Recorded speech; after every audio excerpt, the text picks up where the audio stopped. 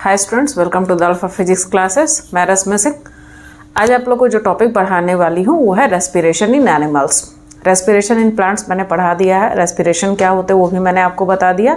Difference between breathing respiration, difference between aerobic and anaerobic मैंने सारा पढ़ा रखा है। तो इस चैनल पे आप जाकर के आप सर्च करोगे तो आपको सारी चीज़ें मिल जाएंगी। आज जो मैं आपको टॉपिक पढ़ाने वाली हूँ वो है रेस्पिरेशन इन एनिमल्स। जिस तरह से प्लांट्स रेस्पिरेशन करते हैं, एनिमल्स भी रेस्पिरेशन करते हैं। Respiration means releasing of energy from the breakdown of food. जो हम खाना खाते हैं उससे उसका टूटना और एनर्जी में कन्वर्ट होना। तो जितने भी एनिमल्स हैं इन्हें भी एनर्जी चाहिए। क्यों चाहिए? ताकि उनकी बॉडी ग्रोथ कर सके, उनके बॉडी के अंदर डेवलपमेंट आ सके एंड उनके बॉडी रिपेयर कर सके। अगर कोई सेल हमारा ख़राब हो जाता है तो उस मतलब नए सेल बनने के लिए भी वहाँ पे हमें एनर्जी की ज़रूरत होती है। इट मीन्स दैट कि एनिमल्स को भी एनर्जी चाहिए, और अगर एनिमल्स को एनर्जी चाहिए तो उसके लिए हमें रेस्पिरेशन करने होते हैं। तो बताया जाता है जितने भी डिफरेंट टाइप्स ऑफ एनिमल्स होते हैं सबके पास अलग रेस्पिरेटरी ऑर्गन होते हैं, अलग अलग तरह का ऑर्गन होता है। जैसे अगर ह्यूमन बीइंग की बात करें तो हमारे पास लंग्स होते हैं। लंग्स एक ऐसा हमारे बॉडी का ऑर्गन है जो क्या करते हैं कि ऑक्सीजन को ब्लड वेसल्स को देते हैं एंड ब्लड वेसल्स में प्रेजेंट कार्बन डाइऑक्साइड को हमारे बॉडी से बाहर निकालने में हेल्प करते हैं। तो जो यहाँ पे रेस्पिरेटरी गैसेस का एक्सचेंज हो रहा है, रेस्पिरेटरी गैसेस किसे कहते हैं? Oxygen and CO2। तो ऑक्सीजन का अंदर लेना और CO2 को बॉडी से बाहर निकालना, ये जो रेस्पिरेटरी ऑर्गन होते हैं वो हर एक ऑर्गेनिज्म में अलग अलग तरह का होता है। यहाँ पे कुछ एग्जांपल्स मैंने आपको दिए हैं जहाँ से most of the time board exam में क्वेश्चंस आए हुए हैं। कॉम्पिटिटिव एग्जाम में भी यहाँ से क्वेश्चंस आते हैं कि किस एनिमल के पास में किस टाइप का रेस्पिरेटरी ऑर्गन प्रेजेंट होता है। तो मैंने यहाँ पे नाम बताया, आपको याद रखने हैं। फर्स्ट मैंने बताया amoeba. Amoeba is a unicellular animal. Unicellular animal होते हैं अमीबा, यानी सिंगल सेल से बना हुआ ऑर्गेनिज्म है। वाटर में रहते हैं यानी एक्वाटिक एनिमल्स हैं, और इनके बॉडी के अंदर इनके पास कोई स्पेसिफिक ऑर्गन नहीं होते हैं। मतलब इनके पास कोई ऐसा ऑर्गन नहीं होता है जिसके हेल्प से वो रेस्पिरेशन कर सके। तो उनके बॉडी का जो आउटर मोस्ट पार्ट होते हैं, जैसे ये अमीबा है, तो ये अमीबा का जो आउटर मोस्ट जो ये पार्ट है जिसे हम सेल मेम्ब्रेन भी कहते हैं, तो अमीबा क्या करेंगे कि सेल मेम्ब्रेन के हेल्प से वहाँ पे रेस्पिरेटरी गैसेस का एक्सचेंज होते हैं। यानी कि अमीबा है तो अमीबा का ये जो सेल मेम्ब्रेन है इसी के हेल्प से ऑक्सीजन अंदर आएंगे और इसी के हेल्प से CO2 बाहर निकलेंगे। ये आपको याद रखना है कि अमीबा के पास में कोई स्पेसिफिकली कोई उनके पास में रेस्पिरेटरी ऑर्गन प्रेजेंट नहीं होते हैं। तो वो रेस्पिरेशन कहाँ से करते हैं? तो with the help of their cell membrane, वो उस सेल मेम्ब्रेन के हेल्प से वहाँ पे रेस्पिरेटरी गैसेस का एक्सचेंज करते हैं। इट मीन्स रेस्पिरेशन करते हैं। सेकेंड आते हैं अर्थवर्म। सबने देखा है सॉइल के अंदर अर्थवर्म प्रेजेंट होते हैं, और ये जो अर्थवर्म होते हैं इनका जो रेस्पिरेटरी ऑर्गन होते हैं वो क्या होते हैं? स्किन। यानी इनके बॉडी में भी कोई ऐसा as it is respiratory organ present नहीं होते। इनका जो आउटर मोस्ट जो सरफेस होते हैं इस तरह के यहाँ पे आप देख सकते हो कि इनका जो आउटर मोस्ट ये जो सरफेस होते हैं, इसी आउटर मोस्ट सरफेस से अर्थवर्म क्या करते हैं कि ऑक्सीजन को लेते हैं और CO2 को बाहर निकालते हैं। यानी कि amoeba, cell membrane, earthworm, skin, इन दोनों के पास में कोई स्पेसिफिकली वहाँ पे रेस्पिरेटरी ऑर्गन प्रेजेंट नहीं होता, जैसे कि हमारे पास में लंग्स प्रेजेंट होते हैं। थर्ड आता है फिश, प्रॉन्स। फिश जो होते हैं, मछलियाँ जो होती हैं, तो मछली के पास में एक specific type of respiratory organ होते हैं जिसका नाम होता है गिल्स। गिल्स एक ऐसा पार्ट होते हैं फिश का जिसके अंदर ये कैपेसिटी होते हैं कि वो वाटर में प्रेजेंट ऑक्सीजन को एब्जॉर्ब कर सके। बिकॉज आपको पता है फिश कहाँ रहते हैं? वाटर में रहते हैं, और वाटर क्या है? एक लिक्विड है। तो लिक्विड के बीच में जो स्पेस खाली होती है तो उसमें एयर प्रेजेंट होते हैं। तो वहाँ से जो ऑक्सीजन होते हैं वहाँ से ऑक्सीजन ये एब्जॉर्ब करता है और फूड के साथ में रिएक्शन करके रेस्पिरेशन करता है, जो मैं आपको डिटेल में बताऊँगी भी। नेक्स्ट आते हैं ग्रास होपर, कॉकरोच। तो ग्रास होपर कॉकरोच का जो रेस्पिरेटरी ऑर्गन होते हैं वो होते हैं trachea. And you also know trachea is also known as windpipe. Trachea का एक अनदर नाम भी होते हैं जिसे बोला जाता है विंड पाइप।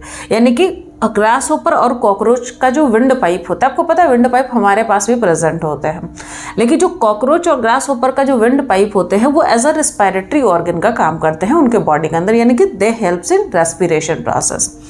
मॉस्किटो जो मच्छर होते हैं जो आपको काटते हैं, आपको पता है बहुत सारे ऐसे मच्छर होते हैं जिसको काटने से आप बीमार भी पड़ते हो। तो मॉस्किटो जो होते हैं, तो मॉस्किटो के बॉडी का जो सबसे आउटर मोस्ट पार्ट होता है, यानी जो जहाँ पे उनके माउथ प्रेजेंट होते हैं, वहाँ पे बहुत छोटा सा एक होल होते हैं, बहुत छोटा सा होल होता है, जिसे नाम दिया जाता है स्पैरिकल्स। क्या नाम दिया जाता है उसे? स्पैरिकल्स। तो with the help of स्पैरिकल्स mosquito में ऑक्सीजन एंटर करता है, CO2 बाहर निकलते हैं।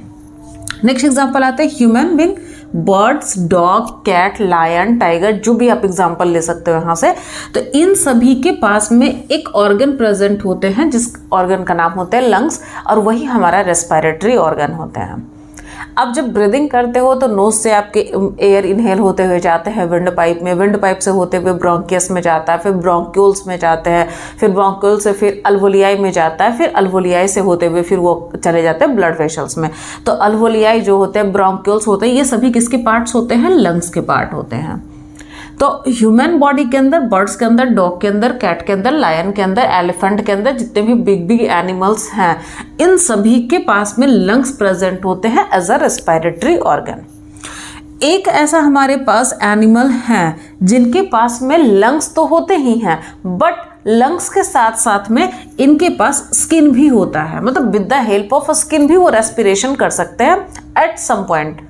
जैसे अगर पानी में है फ्रॉग, आपको पता है फ्रॉग एक ऐसा एनिमल है जो पानी में भी रहता है, बाहर भी रहता है। जब पानी में रहते हैं तो पानी में जब वो रहता है तो उस समय में लंग्स उनका वर्क नहीं करता है एज अ रेस्पिरेटरी ऑर्गन। जब वो पानी में रहेंगे तब उनका स्किन काम करता है एज अ रेस्पिरेटरी ऑर्गन, और जब पानी से वो बाहर में लैंड पे रहते हैं तब लंग्स उनका काम करता है as a respiratory organ.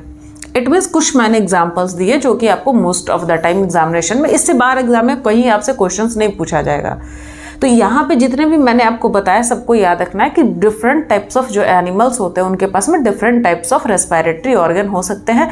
Respiratory organ किसे कहते हैं? कि वैसा ऑर्गन जिस ऑर्गन से ऑक्सीजन हम लोग लेते हैं और CO2 को बाहर निकालते हैं।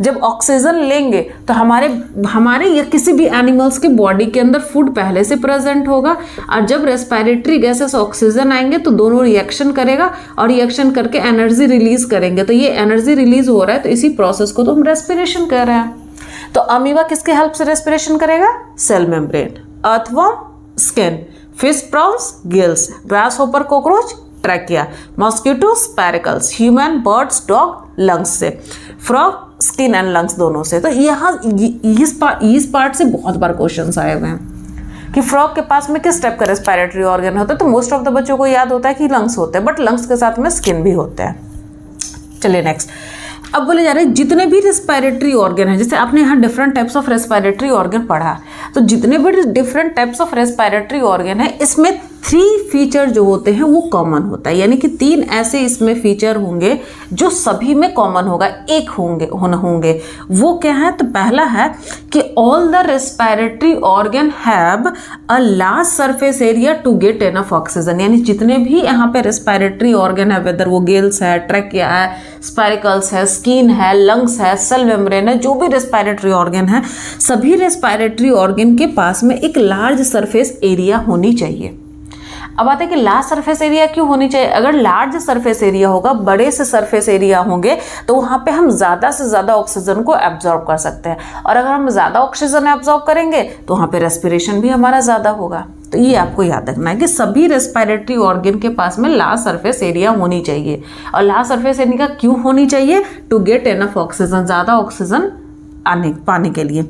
Second, all the respiratory organ have thin walls for easy diffusion and exchange of respiratory gases, यानी बोला जाता है जितने भी रेस्पिरेटरी ऑर्गन्स होते हैं सभी का जो वॉल होना चाहिए, यानी कि जो आउटर मोस्ट मेम्ब्रेन होने चाहिए वो थिन, पतले होने चाहिए, ज़्यादा मोटे नहीं। अगर ज़्यादा मोटे होंगे तो डिफ्यूजन हमारा इजी नहीं होंगे। इसमें से बहुत सारे आप एग्जाम्पल्स लोगे जहाँ पे with the help of diffusion वहाँ पे सारे जगह ऑक्सीजन पहुँच जाता है। जैसे एग्जाम्पल हो अमीबा का, तो जैसे ऑक्सीजन यहाँ पे आएंगे, ऑक्सीजन अपने आप सभी जगह चला जाता है, अपने आप सभी जगह, वहाँ पे कोई भी ट्रांसपोर्ट करने की जरूरत नहीं पड़ती है। और क्यों नहीं पड़ती? क्योंकि एक यूनिसेलुलर है, छोटा सा एनिमल है, तो इजिली वो सभी जगह पहुँच जाते हैं। बट अगर हम बात करें कि क्या ह्यूमन बींग के अंदर with the help of diffusion process क्या हम ऑक्सीजन पहुँचा सकते हैं? तो बिल्कुल भी नहीं। ऐसा बोला जाता है कि अगर कोई ह्यूमन बींग मतलब जो लंग्स हमारा है वो जो हमारे बॉडी के अंदर ऑक्सीजन लेकर के आते हैं, उसका वहाँ से हमारे ब्लड वेसल्स में जाता है ऑक्सीजन। तो बोला जा रहा है with the help of blood vessels अगर हमारा ट्रांसपोर्ट ऑक्सीजन ना हो, with the help of diffusion अगर हमारा ट्रांसपोर्ट होता है ऑक्सीजन, तो एक ऑक्सीजन को ट्रांसपोर्ट होने के लिए ह्यूमन बॉडी के अंदर 3 ईयर्स लग जाएंगे। यानी एक मॉलिक्यूल ऑफ ऑक्सीजन, एक अगर ऑक्सीजन हमारे बॉडी के अंदर मॉलिक्यूल्स आए तो उसको हमारे मतलब नोज से जैसे हमने इनहेल करा वहाँ से लेकर के पूरे टो तक यानी पूरे पैर तक जाने में लगभग डिफ्यूजन प्रोसेस से हमें 3 साल लग जाएंगे। तो ये तो प्रोसेस हमारा वहाँ पे होगा ही नहीं। तो जो बड़े एनिमल्स होते हैं, जो बहुत बड़े एनिमल्स होते हैं, उसके अंदर डिफ्यूजन प्रोसेस से वहाँ पे रेस्पिरेटरी गैसेस ट्रांसपोर्ट नहीं होते हैं। डिफ्यूजन प्रोसेस से, डिफ्यूजन क्या होता है, जहाँ पे अपने आप मिल जाता है, वो जाके अपने आप टूटेगा, मिल जाएंगे। तो वो किस एनिमल्स में हो सकता है, जो कि बहुत छोटे एनिमल्स हो। तो ये आपको यहाँ से ध्यान रखना है कि डिफ्यूजन प्रोसेस से ऑक्सीजन ट्रांसपोर्ट स्मॉल ऑर्गेनिज्म में हो सकते हैं, बिग ऑर्गेनिज्म में नहीं हो सकता है। बिकॉज बिग ऑर्गेनिज्म में एक तो एनर्जी रिक्वायरमेंट ज़्यादा होती है, दूसरी बात है अगर वो ट्रैवल करेंगे तो 3 से 4 साल उसको एक मॉलिक्यूल को वो ट्रैवल करने में लग जाएंगे, तो हम फुलफिल रिक्वायरमेंट अपनी कहाँ से कर पाएंगे। दैट्स वाई वहाँ पे नहीं होते। And last, have a rich blood supply for transporting respiratory gases. कुछ ऐसे रेस्पिरेटरी गैस ऑर्गन होते हैं जिनके पास में रेस्पिरेटरी गैसेस को ट्रांसपोर्ट किया जाता है। जैसे ह्यूमन बींग के अंदर रेस्पिरेटरी गैसेस को ट्रांसपोर्ट किया जाता है। जैसे ऑक्सीजन आते हैं तो अल्वोलियाई क्या करता है कि अपने ऑक्सीजन को ब्लड को देता है, फिर ब्लड क्या करते हैं हमारे बॉडी के हर एक पार्ट में उसको लेकर के जाता है और सभी जगह डिफ्यूजर प्रोसेस से वहाँ पहुँच जाते हैं। तो यहाँ पे जो होते हैं वो रिच ब्लड सप्लाई होनी चाहिए, मतलब ब्लड सप्लाई अच्छी होनी चाहिए। क्यों? बिकॉज ब्लड के पास में क्या प्रेजेंट होते हैं, हेमोग्लोबिन। ब्लड के पास में एक पिगमेंट प्रेजेंट होते हैं जिसका नाम क्या होता है, हेमोग्लोबिन।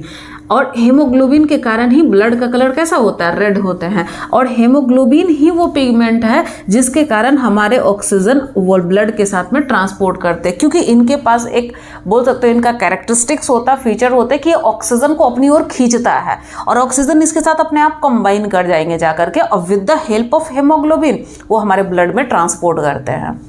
तो ये भी आपको याद रखना है कि हेमोग्लोबिन के कारण ही ब्लड में हमारे ऑक्सीजन ट्रांसपोर्ट होते हैं। तो ब्लड ज़्यादा रहेंगे, अच्छा रहेगा, मतलब हेल्दी ब्लड रहेंगे, तभी तो हेमोग्लोबिन हमारा ज़्यादा होगा। और जब हेमोग्लोबिन हमारा ज़्यादा होगा तो ऑक्सीजन ट्रांसपोर्टेशन भी हमारी अच्छी खासी होगी। और अगर मान लेते कोई ऐसा ह्यूमन बींग होता है जिसके अंदर हेमोग्लोबिन की कमी हो जाती है, तो अगर आपके अंदर अगर हेमोग्लोबिन की कमी हो जाएगी तो क्या होगा कि आप एनर्जेटिक अपने आप को फील नहीं करते हो, क्योंकि वहाँ उस समय में हमारा ऑक्सीजन का पहुँचाने का जो बोल सकते हैं कि क्वांटिटी होती है वो कम जाती है। जब क्वांटिटी कम जाएगा तो हमारा एनर्जी वहाँ पे प्रोडक्शन भी कम जाएंगे और इस तरह से हमें थोड़ी सी वीकनेस भी होती है।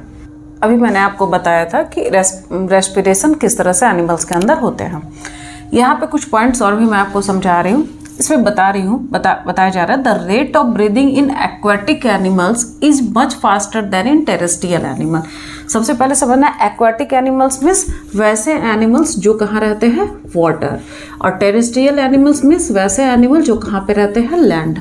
तो बोला जा रहा है कि टेरेस्ट्रियल एनिमल यानी वैसे एनिमल जो लैंड पे रहते हैं उनके कंपैरिजन में जो वाटर में रहने वाले एनिमल्स होते हैं उनका रेट ऑफ ब्रीदिंग ज़्यादा होता है। समझ में आया कि जो एनिमल्स वाटर पानी में रहते हैं उसका रेट ऑफ ब्रीदिंग लैंड पे रहने वाले एनिमल से ज़्यादा होता है। तो क्यों होते हैं, रीज़न क्वेश्चंस बहुत बार बोर्ड एग्जाम में आपके आए हुए हैं। तो रीज़न आपको याद रखना है, because oxygen present in water is less. अब जो टेरेस्ट्रियल एनिमल है जो कि लैंड पे रह रहा है तो उसके चारों तरफ ही ऑक्सीजन प्रेजेंट है, बट वैसे एनिमल्स जो पानी के अंदर रहते हैं तो पानी में ऑक्सीजन का कंसंट्रेशन क्या होती है, कम होती है, ऑक्सीजन कम होता है वहाँ पे। और जब ऑक्सीजन कम होते हैं लेकिन उसे एनर्जी तो चाहिए, तो वो अगर ऑक्सीजन कम मिल रहा है तो वो क्या करेंगे, जल्दी जल्दी ब्रीदिंग करते हैं। और जल्दी जल्दी ब्रीदिंग क्यों करेंगे, ताकि उसको ऑक्सीजन ज़्यादा से ज़्यादा मिल सके। दैट्स वाई एक्वाटिक एनिमल्स में रेट ऑफ ब्रीदिंग ज़्यादा होता है। फिर से एक बार समझो, एक्वाटिक एनिमल्स मीन्स वैसे एनिमल्स जो पानी में रहते हो, टेरेस्ट्रियल एनिमल्स मीन्स वैसे एनिमल्स जो लैंड पे रहते हो। तो लैंड पे रहने वाले एनिमल के कंपैरिजन में जो पानी में रहने वाले जानवर होते हैं उसमें रेट ऑफ ब्रीदिंग ज़्यादा होता है। यानी कि वो ब्रीदिंग जो इनहेलेशन एक्सलेशन होता है, ब्रीदिंग सांस लेना और छोड़ना, वो ज़्यादा होता है। क्यों ज़्यादा होते हैं, बिकॉज जो एक्वाटिक एनिमल्स पानी के अंदर रहते हैं और पानी के अंदर ऑक्सीजन अमाउंट कम होती है, और जो लैंड पे रहते हैं वो लैंड पे रहने वाले एनिमल्स के तो चारों तरफ ही एयर है, तो वहाँ पे ऑक्सीजन ज़्यादा है। तो अगर धीरे धीरे भी ब्रीदिंग करेंगे या फिर एक नॉर्मल रेट में भी ब्रीदिंग करेंगे तो उन्हें ऑक्सीजन फुलफिल मिल जाएगा, यानी ऑक्सीजन उसको अच्छा खासा मिलते रहेंगे। बट एक्वाटिक एनिमल्स को ऑक्सीजन कम मिलेगा, लेकिन उसको एनर्जी ज़्यादा चाहिए सर्वाइव करने के लिए, तब वो उसके लिए क्या करते हैं, वो ब्रीदिंग फास्टली करते हैं। जब ब्रीदिंग फास्टली करते हैं that's why rate of breathing उनकी ज़्यादा होती है। एक एग्जांपल मैंने और भी समझाया था आपको, अगर याद हो तो, कि अगर कभी आप बहुत तेज़ दौड़ते हो, बहुत तेज़ दौड़ रहे हो अचानक से, जब दौड़ते हो तो आप हाफने लगते हो, मतलब आपको लगेगा कि मतलब जो आप ब्रीदिंग जो रेट आपका है, जो सांस लेने का जो प्रक्रिया आपकी है वो फास्ट हो चुका है। क्यों? क्योंकि जब हम दौड़ते हैं उस समय हमें एनर्जी की रिक्वायरमेंट ज़्यादा होती है, और जब ज़्यादा रिक्वायरमेंट होती है तो हम ब्रीदिंग भी फास्टली करते हैं ताकि हमको एनर्जी मिल जाए। वो ऑटोमेटिकली हो जाता है, ऐसा नहीं कि आप सोच के करते हो, ऐसा कोई माइंड हम नहीं लगाते हैं कि दौड़ रहे हैं तो हमें एनर्जी ज़्यादा चाहिए तो ब्रीदिंग ज़्यादा करेंगे, ऑटोमेटिकली वो चीज़ें हमारे बॉडी के अंदर हो जाती हैं। Second, diffusion is insufficient to meet the oxygen requirement of large multicellular organism। जो large multicellular organism होते हैं, सबसे पहले multicellular मीन्स जो डिफरेंट टाइप ऑफ सेल से बने हुए हों, जिसमें डिवीजन ऑफ फ्लेवर हो। large मतलब बहुत बड़ा, जैसे कि एग्जाम्पल आप ह्यूमन बींग का ले सकते हो। तो ह्यूमन बींग के बॉडी के अंदर डिफ्यूजन प्रोसेस से ही क्यों नहीं ऑक्सीजन पहुंच जाता है सारे जगह? क्यों हमारे बॉडी के अंदर एक ट्रांसपोर्ट सिस्टम की ज़रूरत पड़ती है, जिसे हम ब्लड सर्कुलेटरी सिस्टम बोलते हैं? क्यों ज़रूरत पड़ती है? क्यों ब्लड के हेल्प से वहाँ पे ट्रांसपोर्टेशन होता है, डायरेक्टली हमारे नोज से एयर आते और सभी जगह पहुँच जाते। जैसे कि मैंने एग्जाम्पल दिया था कि अमीबा के अंदर होते, कि अमीबा के अंदर जैसे ये है, ऑक्सीजन आया और अपने आप सभी जगह पहुँच गए। कौन सा प्रोसेस? डिफ्यूजन, अपने आप ब्रस्ट किया सभी जगह पहुँच जाता है। हम में क्यों नहीं होता? बिकॉज हमारी बॉडी लार्ज है, यानी कि हमारा वॉल्यूम क्या है? ज़्यादा, यानी कि हम बहुत बड़े हैं। अब बड़े होने के कारण क्या होता है कि ऑक्सीजन डिफ्यूज इजीली नहीं हो पाते और सभी सेल तक नहीं पहुंच पाते हैं। और अगर एक एग्जांपल अगर समझे कि अगर ऐसा होता तो बोला जाता है कि एक ऑक्सीजन का सेल पूरे बॉडी में घूमने में लगभग 3 इयर्स का समय लग जाएगा। तो फिर हम तो बच ही नहीं पाएंगे। एनर्जी इतनी, मतलब एक ऑक्सीजन आएगा तो उसको डिफ्यूज होकर के एनर्जी कन्वर्ट होने, एक ऑक्सीजन को कन्वर्ट होने में 3 साल लग जाएंगे, तो हमारा सर्वाइवल तो है नहीं। तो ये यहाँ से भी 3-4 बार बोर्ड एग्जाम में क्वेश्चंस आ चुके हैं, एज इट इज क्वेश्चंस आपके आते हैं। नेक्स्ट आता है कि अर्थवॉर्म में रेस्पिरेशन कहाँ से होता है। तो मैंने आपको बताया था कि अर्थवॉर्म मॉइस्ट स्किन, आपको पता है जैसे ये अर्थवॉर्म है, तो अर्थवॉर्म कहाँ पे रहते हैं? सॉइल के बीच में, जैसे सॉइल है तो सॉइल के बीच में छोटे छोटे जगह खाली होते हैं, उस छोटे जगह पे क्या प्रेजेंट होते हैं? एयर। और एयर में जो प्रेजेंट ऑक्सीजन होते हैं वही ऑक्सीजन क्या करेगा, इनके जो बॉडी, ये जो ऊपर का स्किन है, ये क्या करेंगे कि यहाँ से ऑक्सीजन को इंटर करेंगे, और ऑक्सीजन जब इसमें आते हैं तो फूड और ऑक्सीजन दोनों मिलकर एनर्जी बना लेगा, और जो CO2 बाहर निकलेंगे वो इसी स्किन से होते हुए उनके बॉडी से बाहर निकल जाती है। तो ये पूरा हमारा प्रोसेस होते हैं। यहाँ पे मैं आपको बताऊंगी रेस्पिरेशन इन अमीबा। अमीबा क्या होते हैं? तो अमीबा एक तरह का यूनिसेलुलर ऑर्गेनिज्म है, याद रखिएगा हमेशा। अमीबा एक तरह का यूनिसेलुलर ऑर्गेनिज्म है। कहाँ पे रहते हैं? पानी में रहते हैं, यानी एक्वाटिक एनिमल्स है। ये अमीबा का मैंने आपको डायग्राम यहाँ पे बना दिया। अमीबा है, यहाँ पे एक न्यूक्लियस मैंने दिखाया, इसके अंदर साइटोप्लाज्म है। ये पानी के अंदर है। पानी में प्रेजेंट जो ऑक्सीजन होंगे, पानी में जो प्रेजेंट ऑक्सीजन होंगे, इसका जो ये आउटर मोस्ट मेम्ब्रेन है जिसे सेल मेम्ब्रेन बोला जाता है, तो ये जो आउटर मोस्ट सेल मेम्ब्रेन है इसके हेल्प से ऑक्सीजन अंदर आएंगे। जब ऑक्सीजन अंदर आएंगे तो ये क्या करेगा कि यहाँ पे प्रेजेंट जो हमारा खाना है उनके साथ में रिएक्शन करेंगे और ये टूटेगा, और सभी जगह with the help of diffusion process, क्योंकि छोटा सा ऑर्गेनिज्म है, डिफ्यूजन से सभी जगह वहाँ पे ऑक्सीजन पहुँच जाते हैं और वहाँ पे एनर्जी में चेंज होता है, और ये अमीबा इसका यूज़ करके अपने बॉडी की ग्रोथ करती हैं। जब डिफ्यूजन से जब सब जगह पहुँचते हैं तो ऑक्सीजन और फूड जब दोनों एक दूसरे का साथ रिएक्शन करते हैं तो यहाँ से एक गैस रिलीज करता है जिसका नाम होता है CO2। कार्बन डाइऑक्साइड उसके बॉडी के अंदर एज अ वेस्ट मटेरियल है, यानी एक्सक्रीट सब्सटेंस उसके लिए है। तो वो जो वेस्ट मटेरियल CO2 है उसको भी इसी सेल मेम्ब्रेन के हेल्प से उसको बाहर निकाल देगा। यानी अमीबा में रेस्पिरेशन किसके हेल्प से होंगे? Cell membrane. With the help of cell membrane oxygen enter करेंगे, फूड के साथ में रिएक्शन करके वहाँ पे डिफ्यूजन प्रोसेस है, सारे जगह ऑक्सीजन पहुँच जाएगा, और ऑक्सीजन पहुँच के फूड के साथ रिएक्शन करके एनर्जी में कन्वर्ट हो जाएगा। बचेंगे हमारे CO2, इसी सेल मेम्ब्रेन की हेल्प से CO2 हमारे सेल मेम्ब्रेन की हेल्प से बॉडी से बाहर। तो ये हमारा प्रोसेस होता है। अमीबा तो सेल मेम्ब्रेन से करते ही हैं, बट अमीबा के साथ साथ पैरामीशियम और प्लेनेरिया, आपको पता है यूनिसेलुलर ऑर्गेनिज्म ये दोनों भी हैं, तो पैरामीशियम और प्लेनेरिया भी बिल्कुल इसी तरह से रेस्पिरेशन करते हैं। तो अगर आपसे क्वेश्चन पूछा जाता है अमीबा, पैरामीशियम, प्लेनेरिया, इन तीनों में से किसी का भी एग्जाम्पल दिया जाता है और अगर आपसे पूछते हैं बताइए इसका रेस्पिरेटरी ऑर्गन क्या है, तो उसके रेस्पिरेटरी ऑर्गन क्या होते हैं, सेल मेम्ब्रेन, यानी with the help of cell membrane. Cell membrane क्या है, उसका आउटर मोस्ट लेयर, इन तीनों ऑर्गेनिज्म का outermost layer cell membrane है। तो इन तीनों का आउटर मोस्ट लेयर क्या करेंगे कि उसी के हेल्प से ऑक्सीजन उनके बॉडी के अंदर आते हैं और सभी जगह पहुंचता है, फिर फूड के साथ में रिएक्शन करके एनर्जी रिलीज करते हैं। अब बाद में जो बचा हुआ CO2 होता है वो भी उसी सेल मेम्ब्रेन के हेल्प से बाहर निकल जाते हैं। नेक्स्ट अब पढ़ते हैं रेस्पिरेशन इन फिश। आपको पता है फिश एक एक्वेटिक एनिमल्स है, पानी के अंदर रहते हैं और इनके पास एक special type of respiratory organ होते हैं जिसका नाम क्या होता है, गिल्स।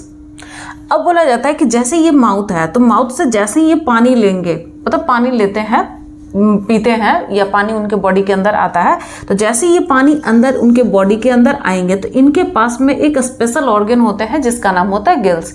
ये गिल्स क्या करते हैं कि इस पानी में प्रेजेंट, इस ऑक्सीजन में प्रेजेंट, वाटर में प्रेजेंट जितने भी ऑक्सीजन होते हैं उन सबको ये यहाँ से एब्जॉर्ब करता है और एब्जॉर्ब करने के बाद क्या करता है कि इसी गिल्स के पीछे प्रेजेंट होते हैं गिल्स लैमिला। गिल्स लैमिला क्या होते हैं, तो इस गिल्स लैमिला में ब्लड वेशल्स होते हैं, यानी बहुत सारा ब्लड, वहाँ पे कैपिलरीज होते हैं, बहुत सारे ब्लड वेशल्स होते हैं। तो यहाँ से ऑक्सीजन लेके ये तुरंत ब्लड वेशल्स को देगा जो गिल्स लैमिला में प्रेजेंट होते हैं, और गिल्स लैमिला में प्रेजेंट जो ब्लड वेशल्स होंगे वो ऑक्सीजन यहाँ से लेगा और उनकी पूरे बॉडी में oxygen with the help of blood वो ट्रांसपोर्ट कर देता है। अब with the help of diffusion process सभी जगह ऑक्सीजन पहुँच जाते हैं, फिर यहाँ भी हो जाता है रेस्पिरेशन प्रोसेस। तो फिश तो गिल्स के द्वारा रेस्पिरेशन करते ही हैं, बट गिल्स के अलावा प्रॉन्स भी एक तरह का एक्वेटिक एनिमल है, तो इनके अंदर भी गिल्स होते हैं और इसी तरह का यहाँ पे भी प्रोसेस होते हैं। याद आपको रखना है, फिश के अंदर एक स्पेशल टाइप ऑफ ऑर्गन होता है जिसका नाम गिल्स होते हैं। गिल्स क्या करता है कि वाटर में प्रेजेंट ऑक्सीजन को एब्जॉर्ब करता है और एब्जॉर्ब करने के बाद वो किसे देता है, गिल्स लैमिला को। गिल्स लैमिला क्या होता है, तो गिल्स के पीछे का एक पार्ट है, गिल्स का ही एक पार्ट है लेकिन पीछे में प्रेजेंट होते हैं, जैसे इस साइड में प्रेजेंट होते हैं। और गिल्स लैमिला में क्या प्रेजेंट होता है, ब्लड वेशल्स। अब बोलेंगे कि ब्लड वेशल्स मैम क्या होता है, तो ब्लड वेशल्स अभी ज़्यादा तो आपको पढ़ना, मैं आगे पढ़ाऊंगी, लेकिन आप समझ सकते हो कि एक ट्यूब की तरह चीज़ें होती हैं। जैसे कि आपके घर में आप पानी का टंकी ऊपर न लगाते हो, लेकिन आपके घर में वाटर ट्रांसपोर्ट करने के लिए क्या करते हो, हर जगह पाइप आप बिछा देते हो। उसी तरह से हमारे बॉडी के अंदर ट्रांसपोर्ट सिस्टम के लिए, यानी किसी चीज़ को ट्रांसपोर्ट करने के लिए वहाँ पे ब्लड वेशल्स होते हैं, एक ट्यूब की तरह स्ट्रक्चर होता है जिसके हेल्प से हमारे बॉडी के अंदर ब्लड ट्रांसपोर्ट होते हैं। तो ब्लड में ही क्या करता है, गिल्स जो ऑक्सीजन लेता है वो तुरंत ब्लड वेशल्स को देता है। अब ब्लड वेशल्स क्या करेंगे, तुरंत सभी जगह वो ऑक्सीजन को पहुंचाएगा। अब with the help of diffusion process वहाँ पे ऑक्सीजन और फूड दोनों रिएक्शन करेंगे और वहाँ से रिलीज करेंगे एनर्जी, और बस इस एनर्जी का यूज़ करके इसकी ग्रोथ होती है। तो ये पूरा का पूरा हमारा रेस्पिरेशन इन एनिमल्स पार्ट था। अब मैं इसके बाद का जो टॉपिक आपको पढ़ाऊंगी वो है रेस्पिरेशन इन ह्यूमन बीइंग। अगर हमारा आपको जो मैंने पढ़ाया आपको समझ में आए, अगर कोई क्वेश्चन इससे रिलेटेड हो तो आप मुझे कमेंट कर सकते हो, and share and subscribe it. Thank you so much.